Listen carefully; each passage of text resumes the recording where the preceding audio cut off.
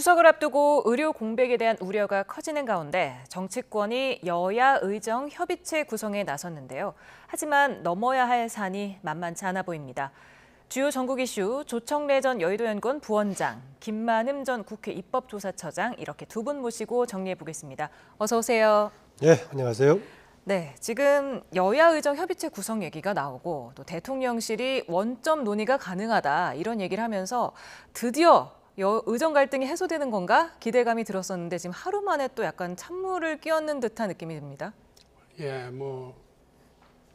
제로베이스에서 검토하겠다고 했으니까 진일보한 건 맞죠. 근데 그동안에 정부가 의료계에서 단일안을 내면은 원점 재검토하겠다는 얘기를 여러 차례 했습니다. 그런데 잘 아시는 것처럼 지난 6개월, 그 전에 1년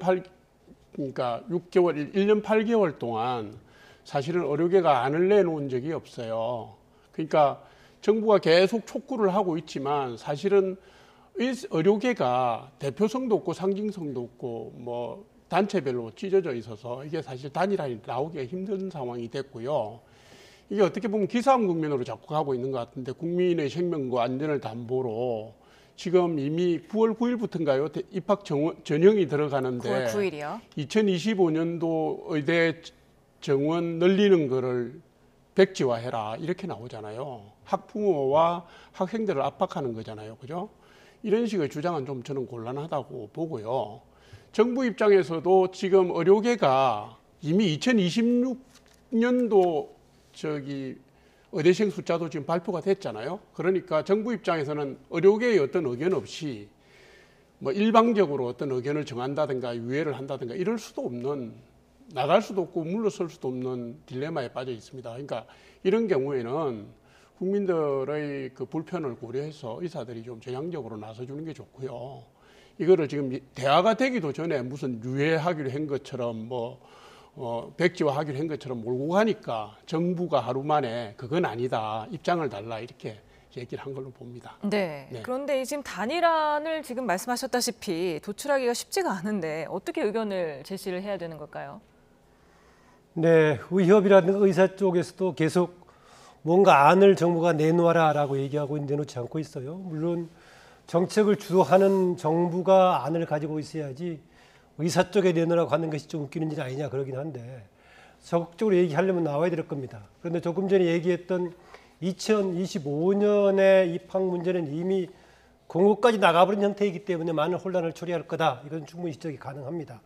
그런데 지금 지난 총선을 앞두고 올해 초부터 이런 문제가 불거졌는데 이미 입학 절차까지 진행이 됐으니까 불가피하다 이런 상황까지 만들어버린 것 자체가 정부의 책임이 크다라는 겁니다. 물론 그렇기 때문에 이번에 의대생들이 증원 효력정지 신청을 했다가 지금 기각된 배경도 이미 진행이 되고 있다는 것 때문에 그런데 어쨌든 간에 최소한의 뭔가 조정은 필요할 겁니다. 그런데 말이죠.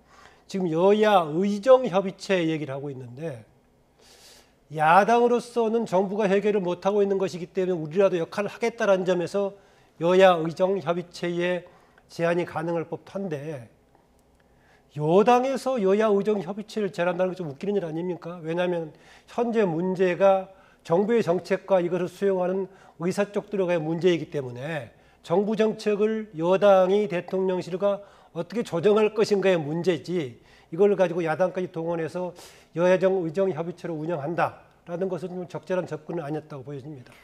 지금 추석 연휴가 지금 딱 일주일 남았는데 그 전에 이 여야 의정 협의체 구성 가능하겠습니까? 지금 말씀하신 것처럼 여야 의정 협의체라고 하면은 이거는 이제 실행기구가 정부 아닙니까? 여야가 들어가는 것은 정부와 의료계의 중재 역할을 맡는 기능을 해야 되고요. 무엇보다도 국민들의 뜻, 국민들의 눈높이, 국민들의 요구가 뭔가 이거를 반영하는 채널이 여야가 되는 것이고 나머지 얘기는 정부하고 의료계가 해야 되는데 아까 말씀드린 것처럼 지금 의료계가 대한의사협회 또 병원협의회, 의과대학 교수협의회, 전공의협의회 각각 의견이 다릅니다. 사안도 다르고요. 대화에 응하는 수준도 달라요. 그래서 일단 여야 의정협의체가 되려면 의료계에서 대표성을 가진 누군가가 나와야 되고요. 그 대표성을 가진 단체가 나와야 되고 그 대표성을 가진 단체가 단일안을 갖고 들어와야 됩니다. 이게 이미 갈등이 수면 위로 올라와 있는 상황이기 때문에 의료계에서 그 구체적인 안이 안 나오면 정부도 어떻게 할 수가 없어요. 기존의 안을 물리든지 나아가든지 이게 대화를 통해서 안을 통해서 결정이 돼야 되는 것이기 때문에 사실 여야 의정협의체의 가장 복병은 의료계 대표성을 누가 갖고 참여를 하느냐, 참여를 하면 언제 하느냐 이런 문제고요. 지금 흐름으로 볼 때는 제 생각으로는 추석 전에는 의료계가 그거를 단일안을 내서 참여하기는 어렵지 않겠나 싶긴 하네요. 아까 말씀하셨다시피 김동연 경기도지사가 의료계에다가 대안을 내놓으라 하는 거는 정부가 문제 해결 의지가 없거나 아니면 있더라도 일머리가 없는 거 아니냐 이렇게 지적을 했는데 그건 어떻게 보십니까? 뭐 결자 해제해라 이 얘기죠, 그죠? 네. 정치인들이 말하기 좋잖아요. 이게 뭔가를 대변하는 느낌인데 이게 대통령이 풀어라 이 얘기를 하는데 김동연 경기지사만 얘기한 게 아니라 유승민 전 의원, 김종인 전 비대위원장 다 말씀하셨는데 이게 뭐 대통령이 안을 내놔라 이 얘기인데요. 대통령이나 정부의 안은 이미 나왔고 그리고 의료계에서 반발이 있고 국민들이 불편해 하시니까 거기서 한 발 물러설 의향을 계속 내비치는데 협상에 응하지 않으니까 어떻게 할 수가 없는 거잖아요. 그런데 최근에 한동훈 대표가 장상윤 사회수석을 만나서 논의를 한 다음에 여야 의정협의체를 띄웠고 그거를 곧바로 대통령실에서 환영을 하고 정부가 제로베이스에서 논의하겠다고 한 1년의 과정을 보면 저는 그게 대통령의 의지가 관철된 거라고 봐요. 그런 거 말고 지금 정부가 나서서 2,000명을 갖다가 예를 들어서 500명으로 하겠다, 300명으로 하겠다고 그게 정리가 되겠습니까, 갈등이? 지금 의료계에서는 전면 백지화하라는 거잖아요. 문재인 정부 때 400명 정원하려고 했다가 자기들이 이긴 경험이 있기 때문에 국민의 생명과 안전을 담보로 좀 밀어붙이는 겁니다. 그러니까 정부로서는 지금 아까도 말씀드렸지만 의료계가 안을 내놓지 않으면 출구를 모색하기가 굉장히 난감하다. 이 점을 말씀을 드립니다. 네, 지금 정부는 내년도 의대 증원을 변경하는 건 불가하다는 입장이고 의료계는 왜 불가한지 근거를 좀 대달라 이런 입장이에요. 이제 내년도는 2025년 얘기하는 거죠. 그리고 산동훈 대표도 지금 2026년만 유예를 얘기하고 있는데요. 지금 지난번 제가 앞서 말씀드렸습니다만은 지금 증원 효력 정지를 했을 때 대법원 쪽에서 기각했을 때도 이미 진행이 되고 있기 때문에 여러 가지 문제가 클 거다라는 겁니다. 그런데 이게 이제 내년의 문제는 당장 의료 교육 차원에서의 심각한 문제가 있다고들 얘기하고 있습니다. 다른 부분들은 지금 비상 의료 이 자체가 문제는 국민의 문제지만은 올해 만약에 지금 제대로 교육을 받지 못하고 이탈해 가지고 있는 사람들을 유급시키지 않고 그대로 진급을 시켰을 때 과연 이게 무슨 다른 추상적인 학문 영역도 아니고 의료의 부분을 교육을 받지 않고 그대로 인정한다는 게 되겠느냐라고 하고 그대로 유급을 시켰을 경우에 그렇더라도 갑작스럽게 1,500명 이상을 증원시켰을 때 과연 감당이 가능하겠느냐 이런 문제입니다. 그래서 이 문제는 저는 역시 김동연 지사 얘기처럼 대통령실과 정부 정책 차원에서 결정하는 게 맞다라고 봅니다. 앞서 말씀드렸었지만은 현재의 상황이 만약에 여야 간의 입장 차이가 커가지고 이 갈등이 쟁점이 된다든가 입법 사항이 문제가 된다든가 하면은 여야가 동원되는 문제가 맞지만은 현재 정책의 집행 과정에서 문제 아닙니까? 그리고 국민들의 다수도 일정하게는 증원의 필요성은 있지만은 증원 방식의 절차에 밀어붙이는 것이 문제다라고 보고 있습니다. 의료계가 대안은 내놓지 않고 있다라고 얘기하고 있지만은 대통령실 쪽을 빼놓고는 지난번에 상당수의 관련 전문가들이 증원 방향은 맞지만은 매년 한 15%, 20%, 한 500명 내에 많아야 1,000명 정도 증원 방식이 타당하다 이런 얘기를 하고 있습니다. 그래서 그런 여러 가지 절충적인 안도 있고 하는데 계속 지금 정부 쪽에서는 원칙 2,000명을 밀어붙이고 의료계가 대안을 내놓지 않으면은 뭐 협상할 게 없다라고 얘기하고 있는데 하여튼 정부가 책임져야 될 문제 이대로 간다면은 저는 상황이 그대로 좋아질 가능성은 없다. 왜냐하면은요 정부가 계획하는 의료 개혁의 효과는 장기적으로 나타나지만은 현재 부작용은 당장 나오거든요. 당장의 문제는 계속 커질 수밖에 없기 때문에 저는 정부라든 국가 차원에서 심각한 상황이 터지기 전에 조금 더 정부가 긴급하게 대처하는 게 맞다라고 봅니다. 네, 지금 의사 커뮤니티에서 대통령의 사과 그리고 책임자 경질하라는 목소리가 터져 나오고 있습니다. 대통령실에서는 책임자 경질은 검토하고 있지 않다면서 일축을 했는데 사과는 어떨까요? 대통령의 사과를 요구할 거는 저는 아니라고 봅니다. 지금 우리나라의 의사 수가 OECD 국가 중에서 최저에 해당해요. 1000명당 2.3명인가 2점 몇 명이던데 의대 정원은 18년째 그대로 아닙니까? 3,089명인가 18년째 그대로인데 이건 지금 전문가들의 추계에 의하면 2035년이 되면은 10,000명 이상, 15,000명까지 의사 수가 부족하다고 하니까 누군가는 해야 됩니다. 그러니까 문재인 대통령도 정치적 부담 때문에 결국 백기를 들었던 건데 지금 윤석열 대통령께서 정치 지도자들이 다 싫어하는 그 일을 총대를 메고 하고 있는 거예요. 뚝심 리더십으로 가능한 거기 때문에 대통령의 사과를 요구할 건 아니고요. 뒤세대에 짐을 넘기지 않겠다는 의지니까 그런 것이고 지금 장관과 차관 사회수석에 대한 경질 요구가 있는 건 사실입니다. 그러니까 의정 갈등으로 인한 국민 불편이 이 정도로 초래가 됐으니까 그 가정 관리를 못한 분, 그 다음에 잘못된 설화로 국민들에게 빈축을 사고 있는 분, 이런 분들은 책임을 져야 된다는 부분에 대해서는 저도 사실은 그런 생각을 갖고 있습니다만 지금 의료개혁 문제라든가 갈등이 한참인데 이거를 이 중에 교체를 하는 게 쉽겠습니까? 미국 속담에 그런 말이 있어요. 강을 건널 때 말을 갈아타지 말라는 말이 있습니다. 특히 탕류를 건널 때 말을 갈아타지 말라는 얘기가 있거든요. 그거는 갈등을 더 키울 수도 있기 때문에 제가 볼 때 그거는 대통령실에서요. 이 사태가 원만하게 처리가 되고 난 뒤에 적절한 문책이 됐든 교체가 됐든 경질이 됐든 적절한 조치를 취할 거라고 그렇게 보고 있습니다. 동의하십니까? 네, 말씀하신 대로 탕류를 할 때 말을 갈아타지 않는 것도 맞는 얘기인데요. 탕류를 보고도 쫓아가는 게 더 심각한 문제가 될 수 있습니다. 지금요. 제가 앞서 말씀드렸었지만은 방향대로 개혁이 나온다고 하더라도 개혁의 효과는 장기적으로 나오는 것이지만은 당장은 문제가 있다. 그리고 이게 야당이 정치적 공세 차원에서만 얘기하는 것이 아니라 여권 내부에서도 뭔가 교체가 필요하고 문책이 필요하다는 얘기를 하고 있어요. 그런데 대통령의 사과까지 포함한 뭔가의 방식이라면은 대통령이 동시에 정책적인 전환과 동반했을 때 문책이 같이 있을 것인데요. 그렇지 않아도 상황에 대한 인식을 악화시켰던 문제에 대해서는 좀 책임을 물을 필요가 있다. 대통령이 지난번에 국정브리핑에 이은 기자회견에서 그런 얘기 했었죠. 현장에 가봐라. 지금 의료 체계가 원활하게 잘 돌아가고 있다라고 했단 말이죠. 그런데 다른 언론의 보도라든가 다른 쪽의 주장하고는 대통령 아주 동떨어진 얘기였어요. 그리고 나서 대통령이 현장을 방문했죠. 해서 방문해서 추가했던 얘기가 예비비를 총동원해라. 군의관 파견해라. 그런 문제로 해결될 문제가 아니죠. 대통령에 과연 이 문제가 있지만은 비상의료체계는 잘 돌아가고 있다. 원활하게 돌아가고 있다는 대통령의 진단이 맞았는지 또 그렇게 대통령에게 조언이라든가 보고를 해준 사람이 맞았는지라는 차원에서 사회 속의 문제를 제기하고 있어서 대통령의 상황 인식을 한번 점검해 볼 필요는 있다는 생각입니다. 네, 지금 당장 모레 수시 모집 원서 접수가 시작이 되는데 이런 상황에서 지금 의료계는 단일안도 없고 2025학년도를 전면 백지화라는 입장이고 정부는 안 된다.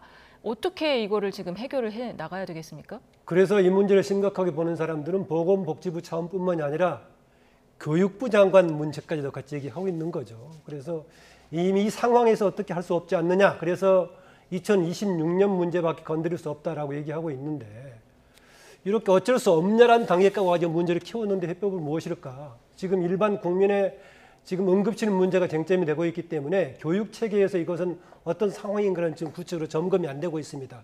과연 나왔을 때 현재 유급위기 상황에 있는 과정과 새로 모아 뽑았던 평소보다도 1,500명가량을 많이 뽑았을 때 과연 우리나라 의료 교육이 제대로 될 수 있는 것인가? 이 부분은 조만간 점검이 될 것인데 지금 응급실 문제 못지않게 의료 교육 차원 이것도 심각한 문제가 될 것입니다. 네, 이런 가운데 갤럽 여론조사 대통령 지지율이 20% 초반대를 횡보하면서 지금 직전 조사 때랑 긍정은 평가가 똑같은데 지금 부정평가가 소폭 상승을 했습니다. 게다가 그 부정평가 이후에 1위가 의대 정원 문제가 떠올랐거든요. 이 부분은 어떻게 보십니까? 그 여론조사 갤럽 조사를 보면 그 약간 아이러니한데 긍정평가에서도 두 번째 항목이 의대 정원 문제고요. 부정평가에서 첫 번째 항목이 의대 정원 문제입니다. 그러니까 지금 야당이든 국민이든 대한민국 사람들은 다 의사수를 늘려야 된다는 그런 인식은 갖고 있는 거예요. 그걸 좋게 보는 분들은 긍정평가로 간 거고, 어쨌든 갈등이 초래됨으로 해서 국민 불평과 안전이 문제가 생겼으니까 빨리 해결해라 그러는 게 부정평가라고 한 겁니다. 그래서 이거는 양날의 문제예요. 그러니까 대통령실이나 정부가 이 문제를 푸는 데서 굉장한 지혜를 발휘해야 되는 것을 암시하는 대목이라고 볼 수가 있고요. 지금 대통령 지지율은 사실은 총선 이후 좋지 않잖아요. 그죠? 말씀하신 것처럼. 경제 상황이 좋지 않아요. 일단 금리 문제라든가 가계부채도 뭐 문제가 되고 환율도 문제고 경기 전반이 그렇게 낙관할 수 없는 상황인데다가 의정 갈등까지 6개월 이상 끌어오니까 이게 이제 대통령 지지율이 좋을 수가 사실은 없고 체코 원자력 발전소 우선 협상 대상자로 됐을 때 아마 조금 올라갔다가 다시 이 원점으로 왔는데 어쨌든 뭐 국민의힘이든 대통령이든 국민의 뜻을 보고 정치를 해야 되니까 심각하게 받아들여야 되고요. 이 의료 갈등 문제는 다른 이슈나 정책하고 좀 다릅니다. 이게 국민들이 온몸으로 체감하는 국민의 이해와 직결돼 있고 불편 마음과 직결돼 있기 때문에 이거 빨리 어떤 식으로든지 돌파구를 찾지 않으면, 그 돌파구가 국민이 납득하는 방식으로 가지 않으면 이건 정치적 출구를 찾기가 매우 어려운 주제라는 점은 제가 지적드리고 싶습니다. 지난 6개월처럼 앞으로도 몇 개월 더 끄면 정치적으로 여야 할 것 없이 정부 대통령실 할 것 없이 굉장히 곤란한 상황에 직면할 거다. 이 점 말씀드립니다. 네, 아까 조 부원님께서 대통령의 뚝심이다 이렇게 얘기를 했는데 어떻습니까? 뚝심입니까? 아니면 뭐 아집입니까? 뚝심이라고 했는데 부정적인 평가가 많으면 아집과 독선이 되는 거겠죠. 조금 전에 부정평가의 일차적인 요인도 의대 정원 문제를 둘러싼 갈등, 긍정평가하는 것 1위가 또 동시에 의대 정원 확대 문제다라고 얘기했는데요. 긍정평가에서 의대 정원 확대를 근거로 들고 있다는 것은 그나마 23% 정도의 지지의 근거도 진영의 극단적인 강경 세력의 지지에 버티고 있다는 정도입니다. 그래서 21%, 23%인가 이 정도면은 아주 바닥까지 돼 있다는 생각이고요. 그 다음에 지금 대개 얘기 나오면 이거 한뿐만이 아니라 최근에 같은 문제는 여기는 표시가 안 돼 있지만은 인사 문제도 중대한 영향을 미쳤을 겁니다. 그리고 지금 사실 지난번에 우리가 일반적으로 얘기할 때는 30% 미만 갔을 때가 아주 위기다라고 얘기했었는데 20대 초반에서 행보하고 있다면은 상당히 위기 상황으로 봐야 될 거다라는 것입니다. 제가 나온 김에 인사 문제를 조금 얘기하자면은요. 지난번에 국정브리핑 기자회견 때 인사 관련 문제에 대한 여러 가지 여당 내부에서도 지적이 많다라고 얘기하니까 대통령께서 두 가지 원칙을 지키고 있다. 하나는 국가에 대한 충성심, 또 해당 직책에 대한 능력을 얘기했었는데 정무직은 무엇보다도 거기에 대한 판단을 국민들부터 받아야 됩니다. 대통령의 주관적인 판단이 아니라. 그런데 국민 판단은 상당히 이직이 되어 있기 때문에 무엇보다도 앞으로 인사의 문제에 있어가지고는 국민들의 판단이 중요하다. 국민들의 신뢰가, 보편적인 신뢰가 중요하다는 거고요. 더구나 지금 의대 정원 문제처럼 대통령실 쪽에서는 개혁 과정에서 저항이라는 표현을 하고 있는데 설령 개혁 과정에서의 저항이라고 하더라도 그것을 뚫고 나가려면은 다른 부분에서 신뢰를 쌓았을 때 그것이 가능합니다. 그런데 동시에 신뢰가 무너지고는 어느 쪽이든 간에 추진하기 어렵다라는 얘기를 또 하고 싶습니다. 네, 지금 우리 국민들께서는 이번 일로 아플 때 제때 진료를 받지 못할까 걱정이 된다. 이런 우려가 지금 79% 국민에 해당하는 것으로 지금 여론조사가 나왔고요. 걱정되지 않는다는 18%였습니다. 걱정되십니까? 어떠십니까? 이게 이제 그 심리적 공황 상태가 만들어지고 있어요. 이게 의정 갈등 문제가 길어지니까 우리가 언론을 신문이든지 방송이든지 보면 마비, 대란, 혼란, 응급실 뺑뺑이 이런 얘기들이 나오잖아요. 이게 이제 경제처럼 실질적인 문제보다도 심리가 먼저 움직이는 측면이 있습니다. 그래서 지난 29일 날 국정 브리핑에서 대통령께서 응급실 아무 문제가 없다고 말씀하셨잖아요. 그거는 제가 볼 때 현실과 괴리된 인식이라기보다는 왜 그걸 모르겠습니까? 정부라든가 대통령이 응급 의료 현장을 9번이나 갔는데 국민을 안심시키기 위한 걸로 노력으로 저는 좋게 이해를 하고요. 그게 뭐 현실을 몰라서 그런 건 아닐 거라고 저는 봅니다. 이해하고 지금 국민들이 갖고 있는 심리적 공황 상태가 저 정도까지 갔다는 거고, 저거는 제가 볼 때는 시간이 갈수록 더 자극을 받을 가능성이 있기 때문에 이게 현장이 실제로 어떻든지하고 상관이 없습니다. 국민들이 그렇게 생각하면 문제가 커지거든요.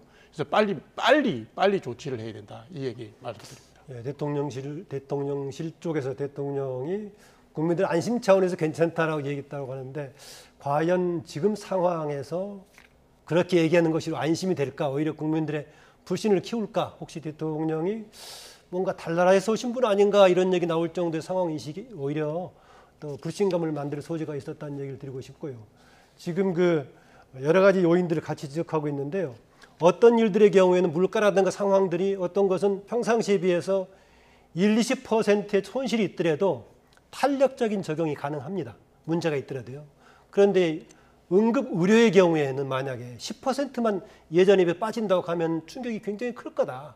심리적인 불안까지 겹치면 이런 문제에서 상황 인식을 이전에 응급실 가동에 비해서 지금 조금 문제를 타격을 받은 것이 몇 %밖에 안 된다라고 조금 뭔가 독려하기보다는 이것은 10% 정도만 예전에 비해 달라지더라도 회복 탄력성이 작기 때문에 충격이 크다라는 점을 인식했으면 합니다. 네, 이번엔 다른 주제로 넘어가 보겠습니다. 어제 검찰 수사심의위원회가 김 여사의 명품백 수수 의혹 사건과 관련해서 불기소를 권고했습니다. 이에 대한 여야 반응 극명했는데요. 먼저 양측 목소리 듣고 오겠습니다. 면죄부 처분을 갖다 바친 검찰은 수사할 자격이 없습니다. 수사심의 결과로 우리 국민이 김건희 여사에 대한 특검밖에 답이 없다고 판단하실 것입니다. 22대 국회 들어와서 특검, 탄핵, 청문회 이런 것에만 매달리고 있는 민주당 정치가 반복되면 그런 부분들은 국민들께서 분명하게 평가와 판단을 하실 것이다. 그렇게 생각합니다. 네, 어제 수심의 결론을 두고 두 분은 어떻게 보셨습니까? 이게 이제 우리나라가 이게 참 저는 문제라고 생각하는 게 모든 게 정쟁의 대상이 되고 있고요. 우리 사회를 지키는 원칙이라든가 최후의 보루가 지금 없습니다. 어쨌든 서울중앙지검이 불기소 의견을 내고 난 뒤에 객관적이고 중립적인 인사들로 구성된 수사심의위원회를 소집한 것은 그나마 기소를 독점하고 있는 검찰의 판단에 대한 견제의 의미가 있는 거거든요. 그래서 수사심의위원회에서 나온 결론은 저는 존중해야 된다고 보고요. 어제 수사심의위원회 결론을 보면 청탁금지법 위반 혐의라든가 변호사법 위반, 무슨 뇌물수수, 직권남용, 증거인멸, 알선수재 해가 6가지 혐의에 대한 불기소 권고를 내렸어요. 그러니까 이거는 뭐냐면 애초에 법조계에서 기소가 어려울 거다라는 게 다수 의견이었잖아요. 청탁금지법상 공직자의 부인을 처벌할 조항이 없다라는 것도 있고, 최재형 목사라는 분이 청탁을 했다는 내용도 들여다보면 윤석열 대통령의 직무 관련성이라든가 대가성을 입증하기가 어렵다. 수사심의위원회도 똑같은 권고를 한 거거든요. 그러니까 이거는 원래 정해진 내용대로 나왔다고 저는 보고요. 이게 이제 많은 법조인들이 원래 이게 서울중앙지검의 의견하고 다르지 않을 거다라고 의견을 냈기 때문에 민주당이 처음부터 김빼기를 했거든요. 짜고 치는 고스톱이라는 얘기를 했고, 역시 수사심의위원회 의견이 나오자마자 역시 짜고 치는 고스톱이라고 몰고 가요. 이렇게 정쟁으로 삼을 만한 사안은 저는 아니라고 봅니다. 이제 종결해야죠. 네, 지난번에 이 시간에 나왔을 때 어떤 결과가 나오든 간에 다시 재수사로 결정이 되지 않는 한 특검으로 야당 쪽이 추진할 거다라는 것인데 그 순서로 가는군요. 그리고 지난번에 이 문제가 불거졌을 때 지금 조국 혁신단 쪽에서 공수처 쪽에 알선 수재라든가 변호사법 위반은 지금 고발해 놓은 상태 아니겠습니까? 그래서 공수처장이 이 지금 이제 검찰의 판단을 보고 그 문제 보겠다라고 했으니까 어떻게 대응할지 좀 생각이 들고요. 저는 이게 나왔을 때 그나마 혹시 수사심의에서 다른 의견의 소지가 있다면 알선 수재 문제가 어떻게 될까 정도는 궁금했습니다.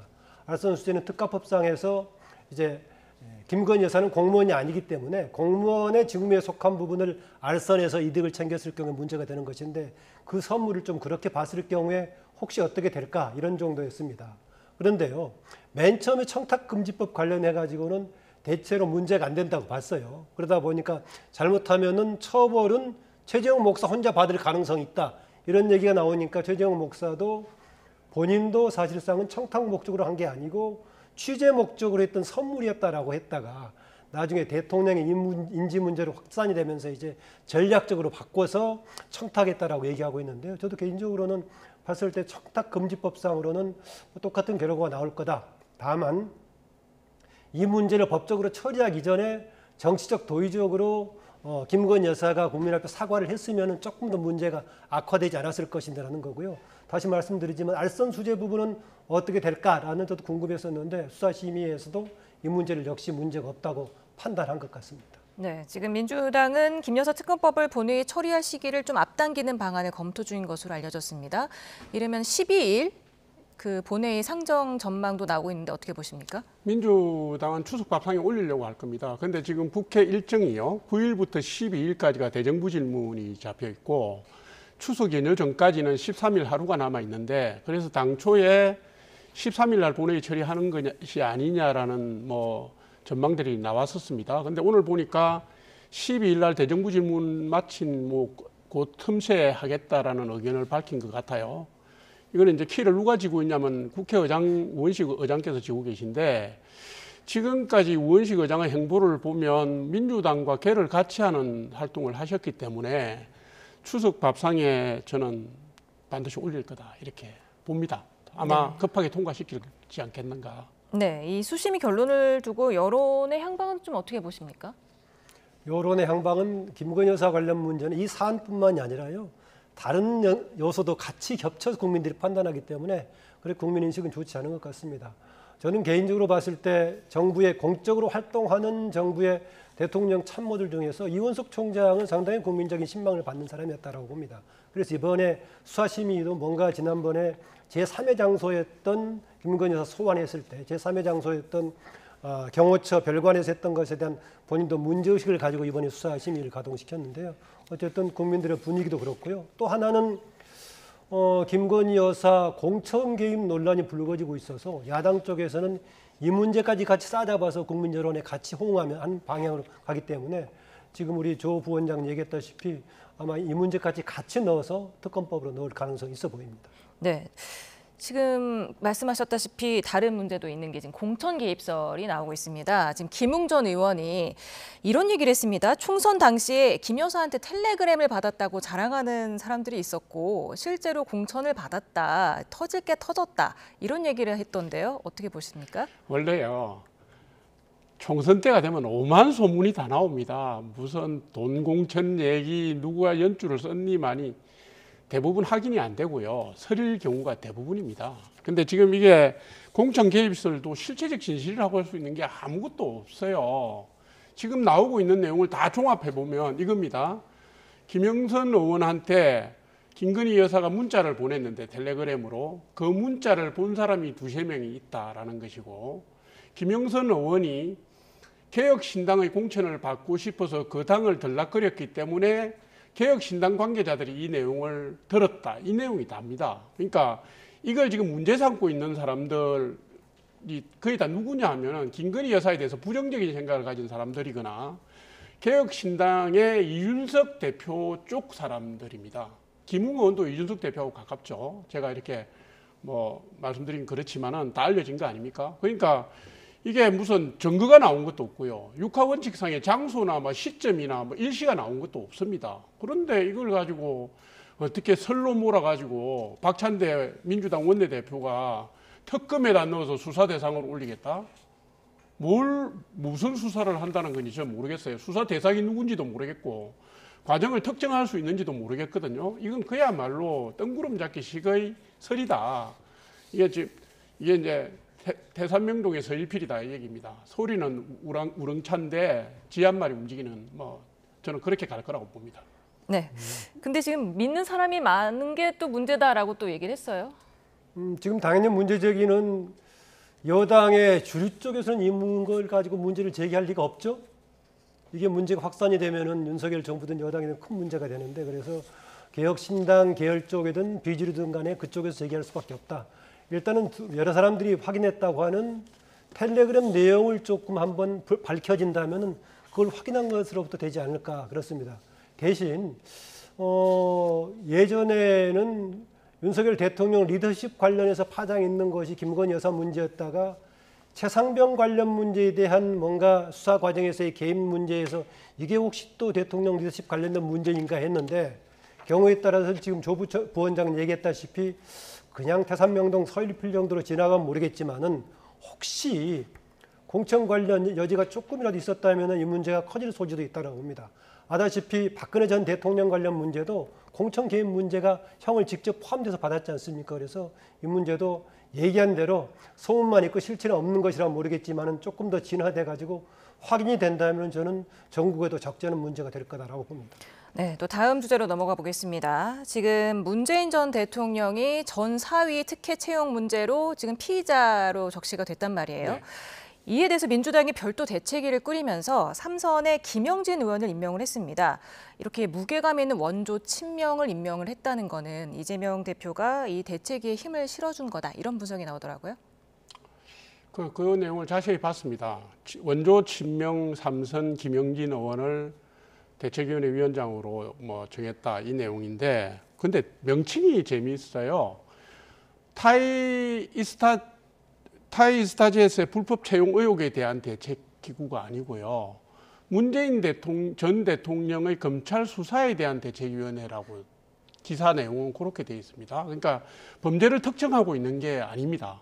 그러니까 지금 문재인 대통령을 꼭지점으로 하는 범죄 혐의 의혹이 몇 개 있거든요. 울산시장 선거 개입 의혹, 그다음에 월성원자력 발전소 경제성 조작 의혹 이런 게 몇 개 있는데 이걸 다 망라해서 얘기를 하는 것인지 모르겠습니다. 대응을 하는 것 같은데, 문재인 대통령의 범죄 혐의가 공론화될 경우에 그게 민주당에 미치는 영향이 적지 않다라는 경각심을 민주당 지도부가 갖고 있는 것 같고요. 더더군다나 그게 민주당의 분열과 갈등의 소재가 될 수 있다고 보고 미리 사전 차단에 나선 것 같습니다. 내일 이재명 대표가 문재인 전 대통령을 예방하기로 했는데 어떤 얘기가 오가겠습니까? 지금 당내 단합을 얘기하겠고요. 지금 이 문제에 대해 적극적으로 대처하겠다는 중심이 되겠죠. 그렇지 않아도 이전에 혹시 이재명 대표가 문재인 대통령이 이 문제에 관해서 너무 소극적으로 대응하는 거 아니냐라는 지적도 있었습니다. 지금 우리가 대책위를 만들었는데요. 또 일부에서 지금 민주당 강성 지지자의 유튜버가 현장에 가서 관련해서 탈당 요구까지 하겠다는 문제가 불거지고 있어서 오히려 더 이재명 대표로서는 내부 단합을 강조할 소지가 있어 보입니다. 그런데 말이죠, 정치적으로 이 문제를 대책한다고 해서 법률적으로 진행되고 있는 문제가 해결이 가능하겠는가라고 봤을 때 실효적인 대책기구는 아니다. 오히려 이것은 이제 서로가 뭔가 사법적인 문제가 정치적인 공방으로 확산될 소지는 있어 보인다, 이렇게 생각합니다. 네, 지금까지 한 주간의 주요 전국 이슈 조청래 전 여의도연구원 부원장, 김만흠 전 국회 입법조사처장 두 분 모시고 정리해봤습니다. 감사합니다.